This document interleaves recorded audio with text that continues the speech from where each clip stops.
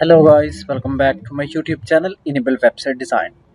In this video we are going to discuss how you can allocate more space to the C drive. So let me go here in my PC, and now here you can see in C drive I have only 15 GB free, and I want to merge C drive with I drive. So how I can do that? First of all, here you can see AOME Partition Assistant.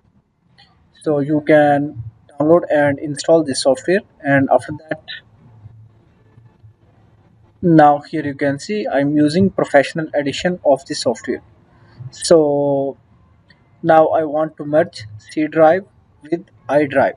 So simply right click, and after that go to advanced, then click on merge partitions, and now scroll down. So after that, let me select C drive, and all the data from D drive will be merged into C drive. Then click OK button. So now here you can see C drive space is increased without losing any data. And after that click on apply button. Then you need to proceed, and after that restart your laptop. Then for the final result you can go here, and here you can see C drive space is increased.